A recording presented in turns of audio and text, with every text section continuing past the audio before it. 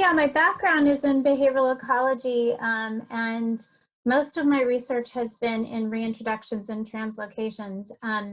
And before I started, got involved in this program about 5 years ago, it was almost exclusively in mammals and birds. So this was a huge change for me, and a really fun program to take over. It's been a highly collaborative effort at the San Diego Zoo. It's run by the Institute for Conservation Research internally at the zoo. And so we do a lot of research to improve our reproductive output and our reintroduction success as well. And I'll be talking about that with you today. So with that, I will, let's see if I can make, yep. Okay, so the mountain lake frog, you guys have heard, anybody that was listening, I believe on Wednesday, heard Jesse from the San Francisco Zoo talk about the Sierra Nevada mountain lake frog. This is the southern segment, segment of the mountain lake frog. It's Rana muscosa. And as similar to the Sierra mountain lake frog, they're diurnal temperate amphibians, native to California in the Sierra Nevada and Southern California mountains. Historically, this species was extremely common. There's some accounts that suggest as people were walking through the mountain ranges, they were literally tripping on them. But over the last 50 years, there's been a massive decline in this species. And though they originally were thought to be located in around 160 different locations, there are today, well, maybe even less than that today, but by last count, which is around 2012, where we have, a cross population count, there were less than 200 individuals through 6 populations in the San Bernardino, San Gabriel, and San Jacinto mountains. So this figure just shows where Sierra is in the red, and then the muscosa, which is the species that we work with, is in the orange.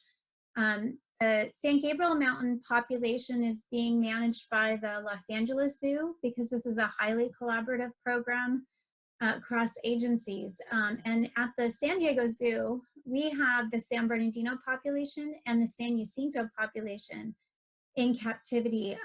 There used to be a population in Palomar Mountain as well, but so far we think that those animals, that population has been extirpated. Major threats to this species are chytrid fungus, not surprising, non-native trout and habitat loss, pollution. I have some photos next. Like other amphibians, chytrid is a major issue in this species. What's different about Sierra than muscosa, I would say, is really just the numbers that we have to work with. We have very few individuals in each of those populations. The drought in California over the last several years has really knocked the wild populations back even farther. So many of the pools and streams, the perennial streams, have been drying through large stretches, and that has made conservation of this species especially challenging. So the goal of this program was really, it's evolved over time, and it started out as a salvage effort in 2005, where USGS went out and grabbed 2 egg masses from 2 pools in the San Jacinto population because they were drying up.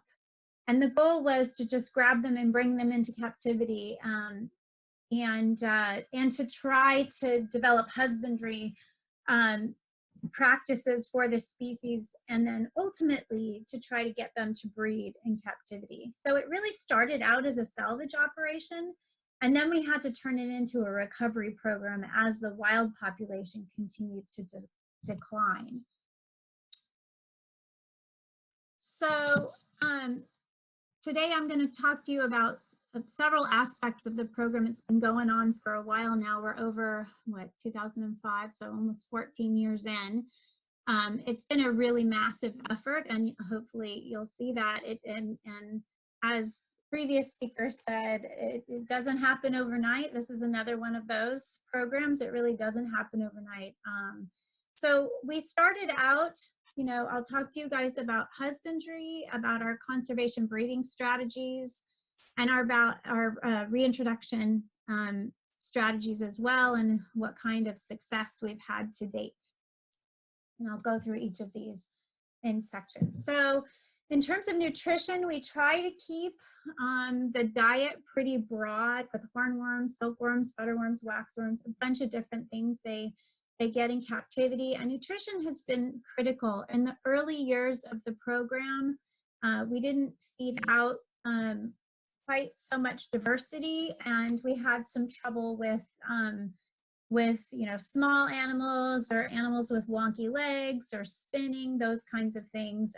So nutrition, broadening their diet, has really improved the health and growth of our animals. Water quality obviously is really key. We had to evaluate and identify parameters for water quality. And so we do testing several times a week to ensure that our quality parameters, our water quality, is in the target range. And again, if water quality goes off, and it has in some years where we've had trouble with our water quality, we've had really poor animals in poor health, or even effects on our reproductive success. So one of the things I'm going to move on to conservation breeding, because we have done a lot of work in the sort of breeding realm, but one of the things that, so we take into account seasonal cues in our breeding. Unfortunately, our facility is all indoors. We would love to have an indoor-outdoor facility, but that sort of never come to fruition for this program. And that means that we have to ensure that we do what we can to mimic appropriate light periods and seasonal day length for the frogs. And so today I'm going to talk to you about some of those, not necessarily the cues that we use for lighting, but I'm going to start with temperature. And so when they were brought in, this species is as I said, it's typically a montane species found in high elevation primarily, though they have a pretty broad distribution in the wild. And so when we first brought them in, it takes about, we thought that they bred about 4 years of age. And so when we brought them in as tadpoles, we had to wait a while before we could actually, we were working on husbandry stuff for a few years before we actually got to the point where we were looking at, trying to get them to breed. And in the first couple of years, they didn't breed. We had very low reproductive output. And so we wanted to take some parameters from the wild, from the San Bernardino forest, where we got the frogs. The research from wild, we thought the egg clutches could be relatively large, about 1,000 eggs per clutch were possible, but they brumate, or they hibernate, brumate in the winter.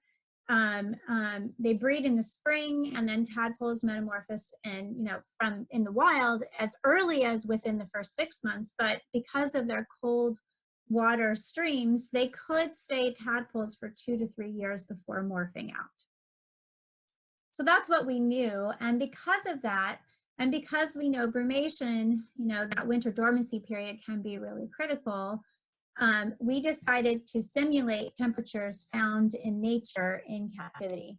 And this was pretty early on. So in 2010, we did an experiment to assess whether brumation is necessary to breed mountain ear-leg frogs. And we had 16 females and 8 males that we brumated at 4 degrees Celsius for 60 days. The other 16 females and 8 males were maintained throughout the winter at 13 degrees Celsius. And we went through and we assessed body condition and reproductive behavior at the end of brumation.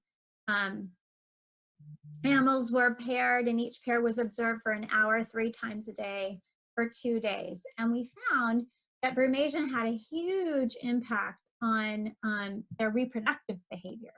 So males were more likely to advertise to females if they were brumated than not, and they were more likely to amplex females as well. For females, we saw that they had more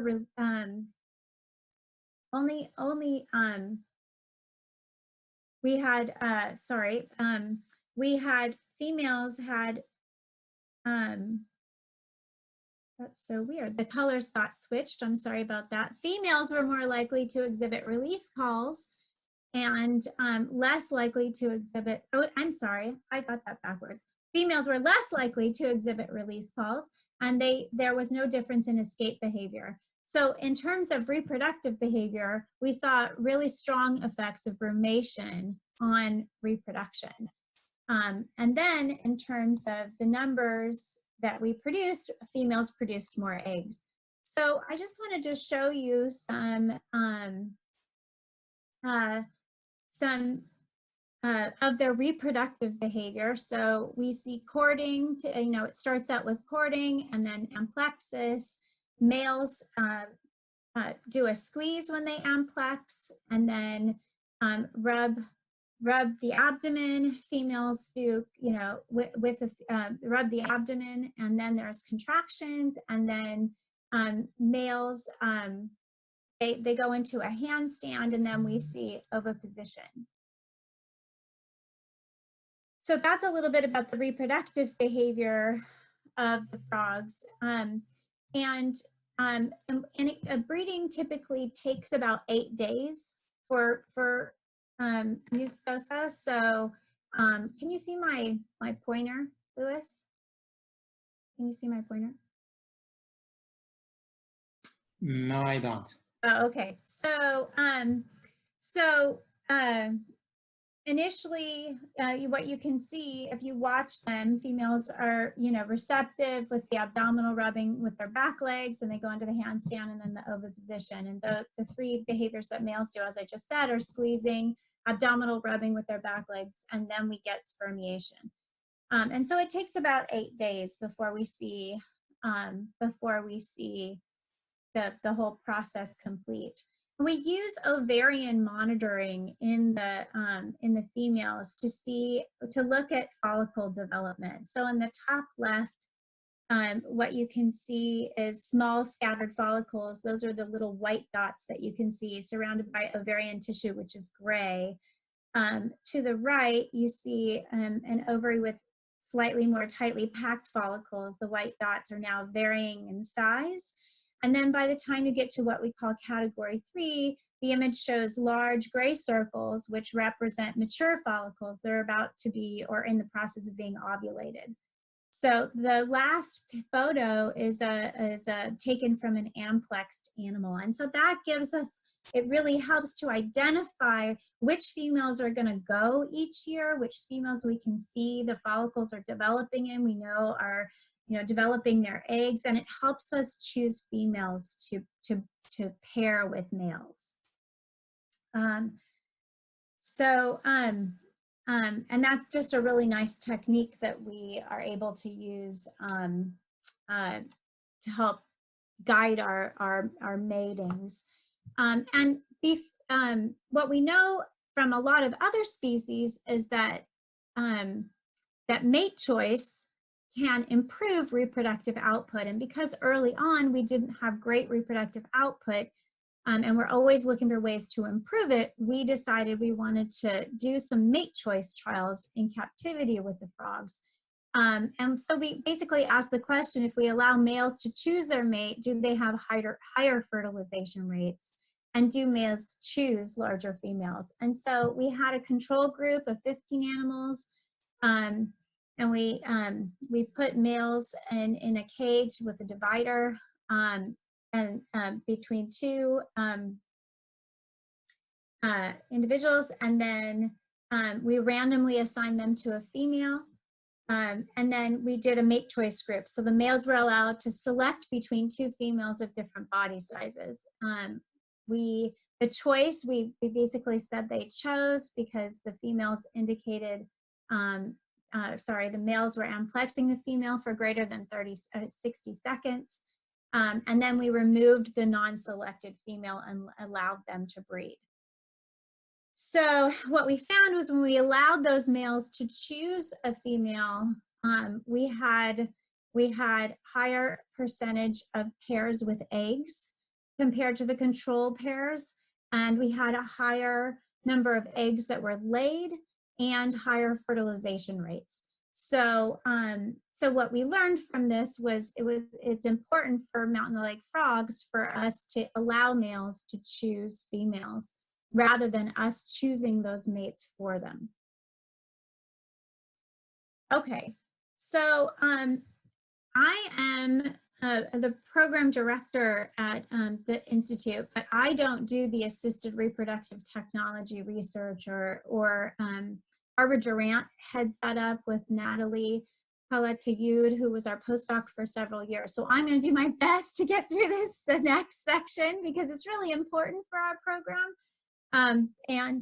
But it's certainly not my my area of expertise. So we use assisted reproductive technology to improve our reproductive output. What we've seen in captivity, even with doing mate choice trials and even with doing brumation for these animals, there's a lot of variability in terms of reproductive output. And because for mountain lake frogs, we have so few in the wild and also so few in captivity, we want to maximize our reproductive output for all of the animals that we do take out of the wild. And so this is a really exciting approach to do that, is to use the assisted reproductive technologies, or ART. And so basically we can use exogenous hormones to induce gamete production. We can use hormones to get males to spermiate and collect sperm. We can use it for in vitro fertilization and ultimately for biobanking, which I'm not going to get into today. But I did want to share with you some of our results of our spermiation trials led by Natalie. What we found was that, we used a variety of different hormone treatments to see which ones are the best at inducing spermiation in our males. And then we can take that and cryobrink it to preserve genetic diversity.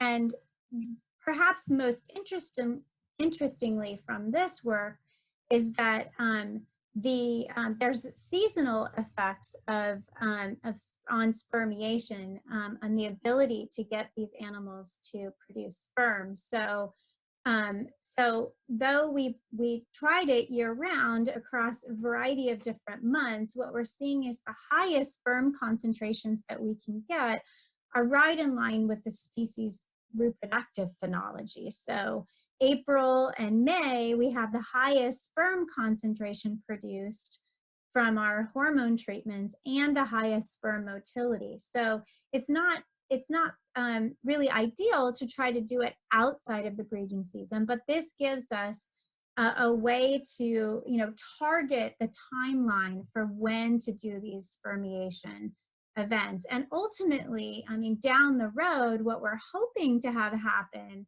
is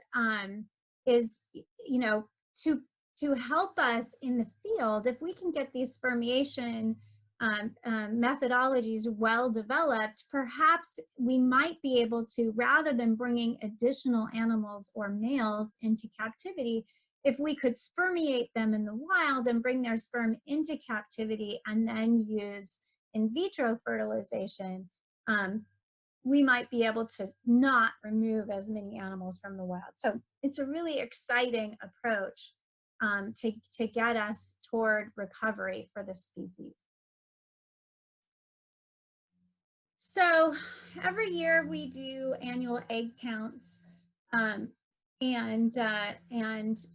our egg numbers vary, and it varies by the number of females that we actually have in each of our populations that develop follicles and have eggs. So, but what you can see is our fertilization rates they're okay.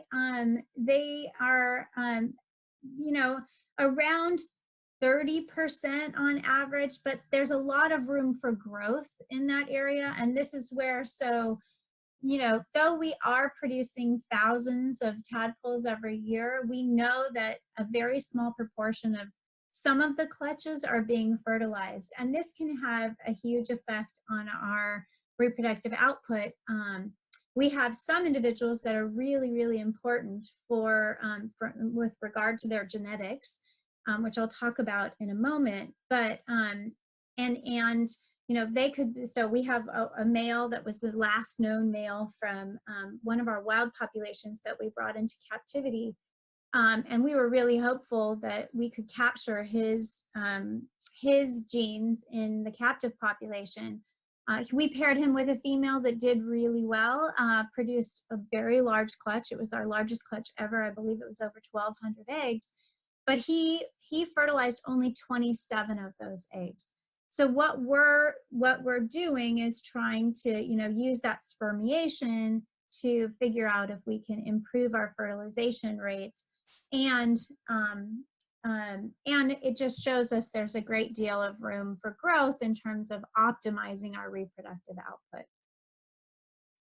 So what we do to count successful fertilization is actually look at cell cleavage in all of our eggs, and then we monitor the embryos through development into tadpoles. So we try to get fitness at every life stage for these guys, and that helps us understand, you know, how well we're doing both in captivity and then following release.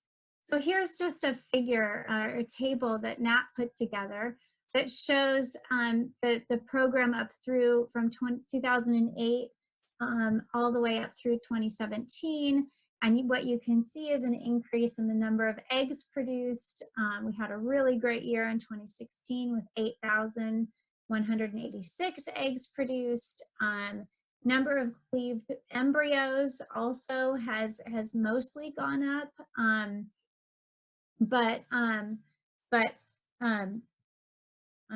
brumation made a big difference. So you can see a jump up in 2011, 12, and 13 from 2010. And that's from the brumation in the wine coolers, which is where we started it. Then we started to brumate them in tanks, and that seemed to improve our output even better.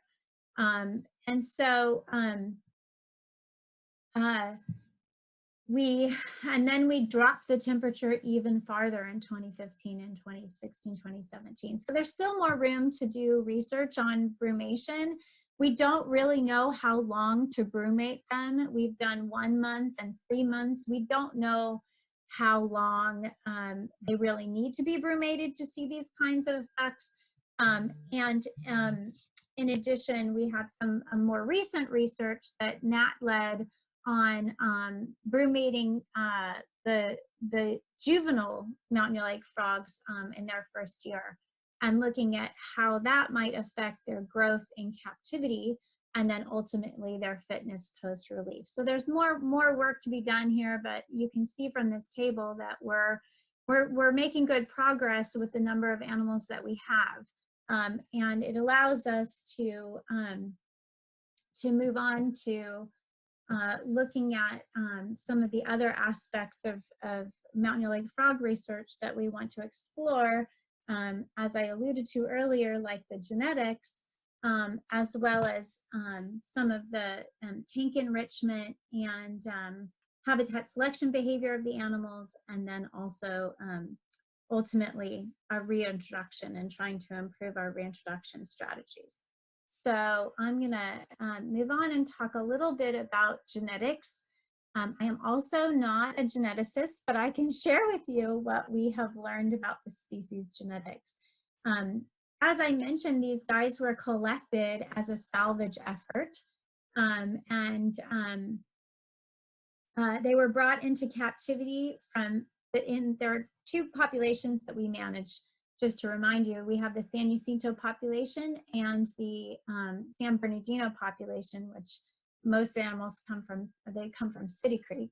And so for the City Creek population, we have reproduction by only 4 founders. And there are, as far as we know, in 2015, we removed the last founder from the wild. We think we've detected maybe 1 or 2 additional founders out there, but those animals have not been collected. So we have so far been managing those populations as separately because we didn't really know the genetics of those animals. We can assume, because the San Jacinto population animals came from that salvage effort from 2 separate pools that were right next to each other, but they were probably closely related individuals, and that's not ideal to start a captive population that way. So we have potential genetic issues in both of those populations, and this, I would say, is the area where we really struggle the most, from going from a salvage effort to having it be a recovery program, where this is an insurance colony now, or a population for both the City Creek or San Bernardino animals and also the San Jacinto animals. So what we wanted to do with the genetics was to sort of take a step back for a moment and develop a genetically informed breeding plan for the species, and also to develop a management strategy, which ultimately could be used to make decisions about how we're going to manage the species in the wild in the future. And so our specific objectives here were to generate genomics data using SNP technology and estimate genetic diversity and relatedness of our founders from both the San Jacinto and the City Creek populations. And we also got samples from the San Gabriel animals from the LA Zoo for this. So we were able to estimate genetic diversity and relatedness for all of the animals that we have for all 3 populations in captivity. To determine genetic structure and admixture, so how much in the wild populations they might have been mixing, which will to help us figure out how we may want to manage them in the future. And then to create a plan for breeding and reintroduction of these guys. And as I mentioned, we did a genomics approach. We used RADseq, which is a SNP approach, and we sampled using blood. We pulled blood from our captive animals and or tissue that had been banked in captivity from at museums for some of the wild individuals. So we sequenced 88 individuals, some from San Jacinto, some from City Creek, some from San Gabriel, both in captivity and in the wild. And then we used a few other Rana species as outgroups. And then we sequenced the data. We sequenced the samples, and we had a huge number of reads, around 220,000 reads. So it was a good data set to work with. And we found that the City Creek population, here shown with CC, harbored similar levels of allelic richness, which is that NE variable there. So 1.26 for City Creek compared to San Jacinto, which was 1.348. So about the same level of allelic richness, but the City Creek animals had lower genetic diversity, which is the heterozygosity score. So that's the HO. So you compare San Jacinto, which had a heterozygosity score of 0.249, which is what we observed, compared to City Creek, which was 0.167. So a slightly lower level of genetic diversity in the City Creek animals, which is not surprising since we really had very few animals in captivity. Okay, so and then the geneticist ran structure plots to look at how much structure there was between the 3 different populations in the wild. City Creek is the individuals from City Creek grouped with the City Creek population, the individuals from San Jacinto grouped with the San Jacinto population on the whole, and the San Gabriels with the San Gabriel population. But There shows a tiny bit of admixture. So in the right part of the figure, you can see a little bit of red over in the block of green, and then you can see a little bit of blue over in the block of green as well. And that suggests that there's either there may be a migrant from San Gabriel went into City Creek or San Jacinto, or perhaps it's possible that that was a mislabeled sample. But we also had a City Creek animal that clustered with the San Jacinto population. So there might have been, some gene flow between those populations in the not too distant past. Okay, and the pairwise FST values talk about population differentiation. So how different are those populations? And this is really getting at, do we manage them separately, or do we manage them as a single captive population and then try to reestablish them in the wild where we've used a mixture of animals and essentially genetic rescue. And so what these results show, so in the little box that says Chauville et al. 2011, that's from microsat data, so not as extensive as the genomics data, and those give the ranges for differentiation between the populations. And they're, from the microsat data, it suggested that they were really different between 0.4 and 0.6, on the order of 0.4 to 0.6 or 0.4 to 0.5. etc. But the genomics data suggests that at least between the City Creek population and the San Jacinto population, there's a pretty low level of population differentiation. And that may suggest that it's not a horrible thing to intermix them if we decide to do that. But what's been challenging to date, I would say, with this program and other programs that I run, is there's really no standard approach for when you manage those populations separately versus when you manage them together, when you mix them. And so, so that's why we're doing the genetics work here. In terms of relatedness of our captive population, so we, as I mentioned earlier, we assumed that within San Jacinto, because we collected them as a salvage, those animals were probably pretty closely related. And this is just to remind everybody that, a coefficient of relatedness of 1 is identical twins. Parent offspring full sibs are 0.5 related, sibs and cousins 0.35, etc. Just to show you what we found. So on the bottom corner table, I'm showing you the R coefficients for the San Jacinto population. And what this shows is they're pretty closely related, and this is not surprising. So in general, overall, we actually have a 0.7 relatedness coefficient, which is really at the parent of full sibs or parent offspring. But individuals are right around 0.35 to 0.46 related within the founders that we brought in. And then in terms of the City Creek animals, we have around a 0.35 R coefficient. The individuals here are showing at 0.12 to 0.26. So they're around siblings or cousin relatedness.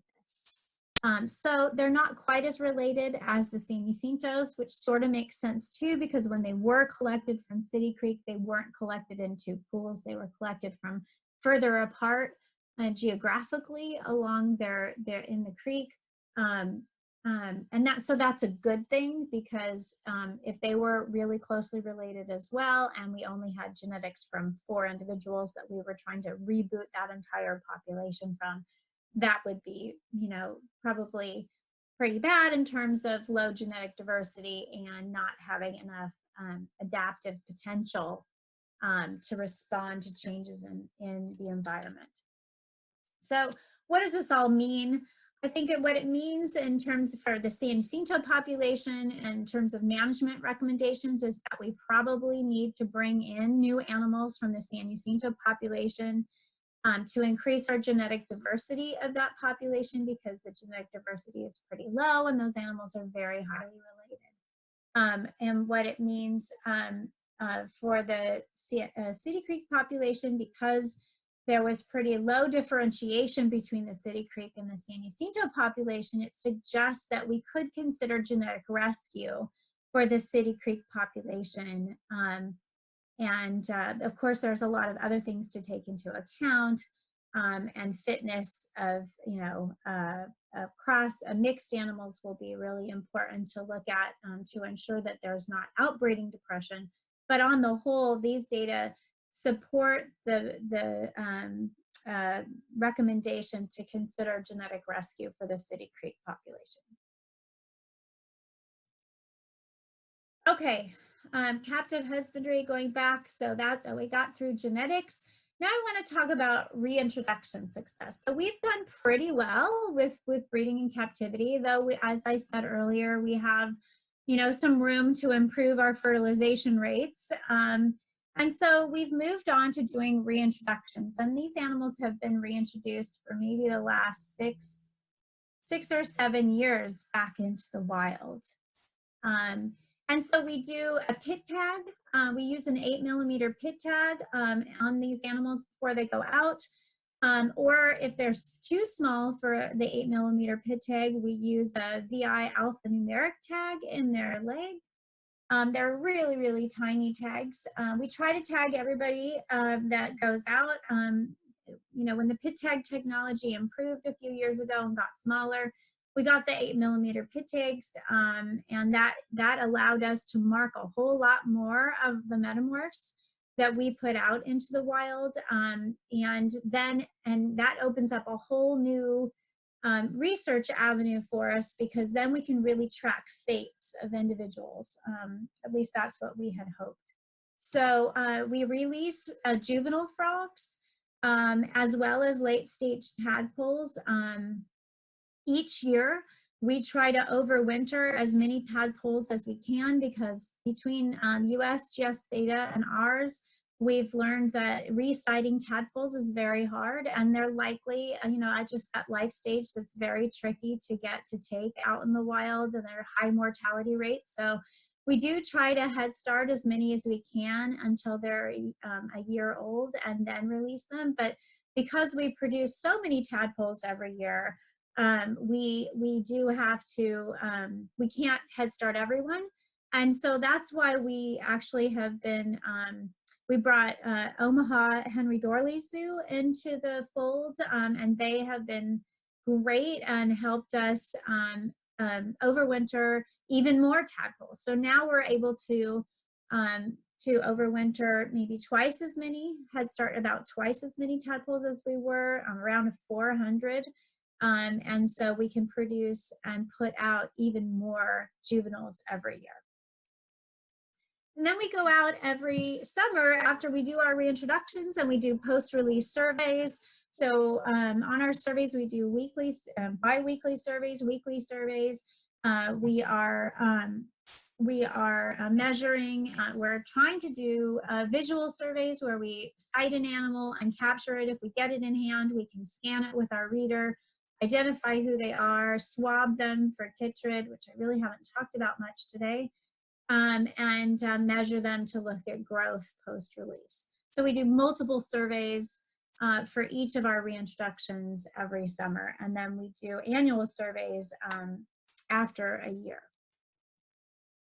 So I wanted to talk a little bit about some of our ideas for doing our our reintroduction research, just briefly. So a lot of reintroductions across species really fail. The main reasons are dispersal from the release site or predation, which certainly we have seen with the mountain ear-leg frogs. This is a two-striped garter snake here. And so, we know that experience in their natal habitat can affect fitness. and they might be imprinting on their natal habitat. And so there's some theory behind this called natal habitat preference induction, which I'm not going to really get into. These are a variety of different predators that this species has. But what we found when we released these guys, this is from 2016 when we released into the San Jacinto population, we see them moving. They're moving pretty far, and post-release movements can be, you know, upwards of 700 meters in just a few weeks following release. So we knew we needed to figure out a way to anchor them to the release site. There's a couple of things that we've decided to explore to do that. One of them has to do with getting them to select appropriate habitat. And so in our streams, we have sites that have low cover, so we're really, really open out there, and some sites we have high cover. What we were interested in doing is trying to match, to ask the question whether, you know, if our tank cover in captivity needs to match the cover that we're going to put them in the wild. Because, you know, we think a lot about tank enrichment, and we certainly, you know, want to have a good enriched environment for them in captivity. But if they're going into a site with low cover, is that really ideal for them?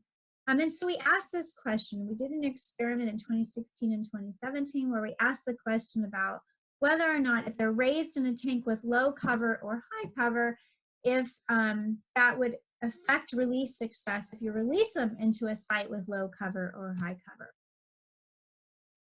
Oops, and let me see if I can get this to go. We also added a small stream of water going in. You can see the frogs just hanging out right there. They do really enjoy having the water movement in captivity. And so in 2017, we added some water flow as well. So in the first release, we did in the tank, we did low cover or high cover. And then in captivity, those low cover animals were either released into low cover pools or high cover pools. And then we did the same thing for animals that had a high cover tank environment in captivity. We released them into low cover or high cover. And we did that early in the season. So for mountain lake frogs, early in the season is right after snow melt. So it could be as early as May, but it might be as late as June or July. And then a late release for them is somewhere around September, late August or September. And so we did it early and late. So it was a pretty extensive design. And what we found was that on the whole, animals do better when you release them early in the summer compared to late summer. But that animals that are have a tank environment, so this is, but overall, the animals that have high cover do worse late in the summer than they do in the early summer. There's less of a difference for those that have a low cover environment in the wild. And then when you look at low pool cover, what you can see is that the animals that have low tank cover, which is the orange line, if they are released into pools with low pool cover, they do better than those animals that are grown in tanks of low tank cover if they are released into pools with high pool cover. And so what this means, that the opposite is true for the animals with high tank cover that are raised with high tank cover. They do poorly in pools with low pool cover, but they do really quite well in pools with high pool cover. So these results suggest that animals are sort of habitat matching. So it's important to match their tank environment with the release environment that they're going to go into. And perhaps the best way to do this is to have tanks or systems in captivity that have a variety of different levels of cover, so the animals can choose different habitat in captivity, because you're never going to really know exactly where you're going to be able to put them when you get out into the wild, because those conditions change so dynamically. So in general, what these results showed was that early summer releases are significantly more successful than late summer releases.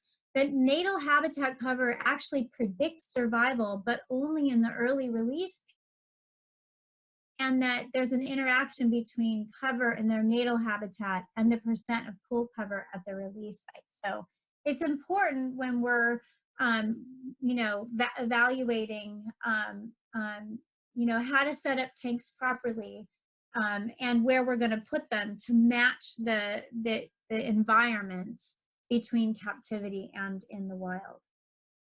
And ultimately, I think this is really interesting because it suggests that overall habitat selection behavior is really an individual's decision, not a species decision. And so we often go out there and say, oh, this looks like great quality habitat for the species.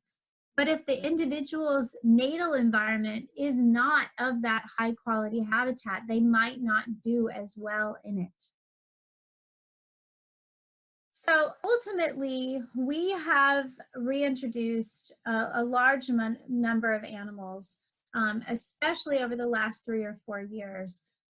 We've released, between 2015 and 2016, we've released 2,436 tadpoles and many head-started juveniles into San Jacinto. And in the San Bernardino Mountains, we've released 233 tadpoles and 350 juveniles between those dates, even more this year. I'm happy to report that we're finally seeing some evidence of reproduction in the wild. It's always challenging when we do these releases with species that take a few years before you're going to see reproductive behavior, because they need to survive for a few years before they're going to get to the point where you can actually get reproductive success, and then you can see population growth out there. We certainly have had some challenges at these sites, I'll talk about those in a minute, but we are doing a really great job producing animals and getting them out there, and now we're sort of having to deal with the issues related to reintroduction. I'm going to skip that and talk about where these animals are moving and what we know about their movement behavior. So when we release the Mountain Lake frogs, what we're seeing is most of them are moving upstream. And that helps us figure out where to survey for them. For a lot of species, it's pretty easy to detect frogs in the wild, but for Mountain Lake frogs, though we can detect the species, it's really, really challenging to detect individuals because they're so cryptic. When we go out there and do the visual surveys, what we're finding is, we can detect the animal when they jump, but often we don't see animals in pools even if they're there. Our post-release surveys have been pretty limited. Nevertheless, we have learned that these frogs move upstream, so it helps us target the areas to survey. We've been trying to find new survey techniques and utilizing technology to improve our capture probabilities or our detection probabilities for the frogs. Because all of our experiments, if we can't detect the frogs, we really don't know what our fitness outcomes are following release. We've been using just sighting, capture, and then the short distance readers that we use in captivity with the pit tags. But this year, we actually purchased a long range reader from Biomark. It reads at about 12 to 16 inches, I think. It depends on the size of the pit tank that you have. But these are some data that we have that show how important the reader has been to help us detect animals post-release. So the light blue sections of this figure show the number of frogs that we were able to detect during surveys this year just with the reader alone, that we didn't actually cite the animal first.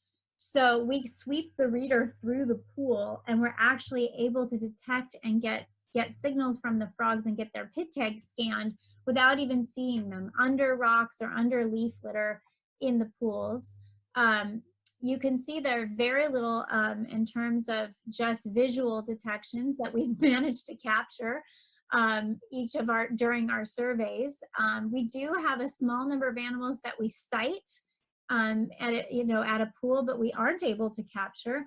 But the ones that we have visual detections on, and then we use the long range reader to scan the ID so we can get an ID on those animals, are in the darker green bars. So that paired with the reader only, we're getting a really high proportion of our detections using the long range reader. So we're really excited about this improved survey approach, and hope that in subsequent years we can continue to use this long range reader and maybe even use the kind of reader that you can put out in the field that they use for fish. We can't really use those for frogs, but we can put ones out that are long and in a couple of different pools, so they're somewhat expensive, in order to do a better job assessing fitness post-release. So just a couple of future directions for our program. We started to train with an amazing volunteer crew of professional dog trainers. We've started to train dogs to detect our frogs in the field. And we're hoping to be able to say more about this going forward, but because our Mountain Lake frogs are so difficult to detect, if we can train the dogs to detect our frogs, then that may be one more tool in our toolbox for frog detection, especially in sites where we aren't sure that the frogs are still there. We are starting to do anti-predator experiments and training with the Mountain Lake frogs because of the large number of frogs that have been taken by garter snakes post-release. Two-striped garter snakes are a protected species here in California, and they are really, really prevalent at our City Creek sites. And so last year when we did a release of over 250 animals, we had snakes all over them following release. So we know that anti-predator behavior is going to be really important to evaluate and ensure that they have the appropriate survival skills before they go out.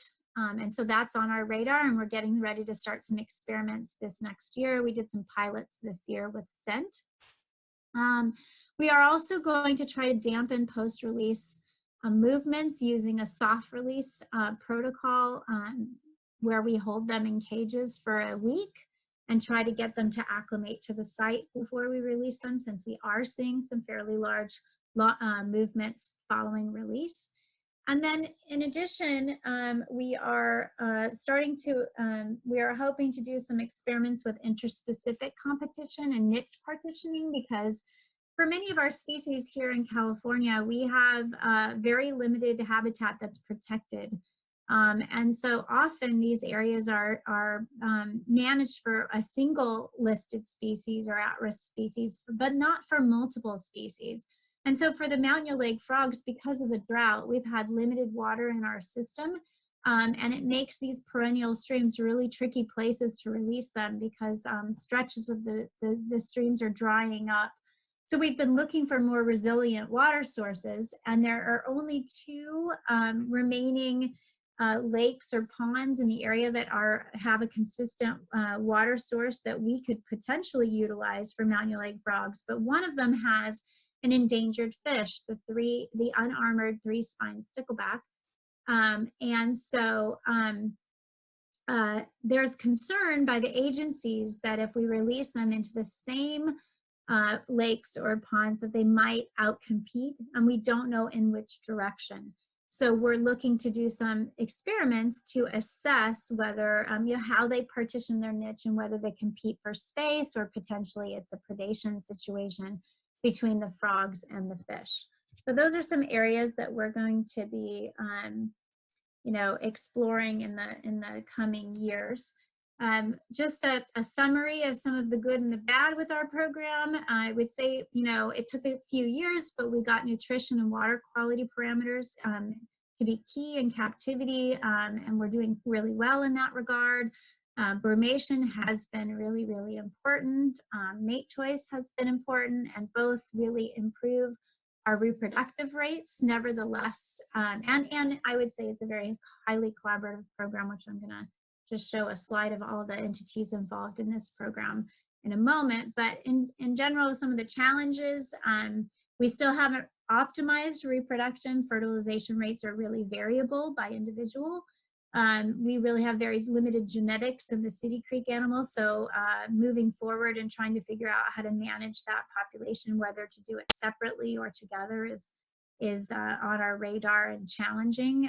Post-release monitoring challenges, as I just talked about, makes assessing release outcomes difficult.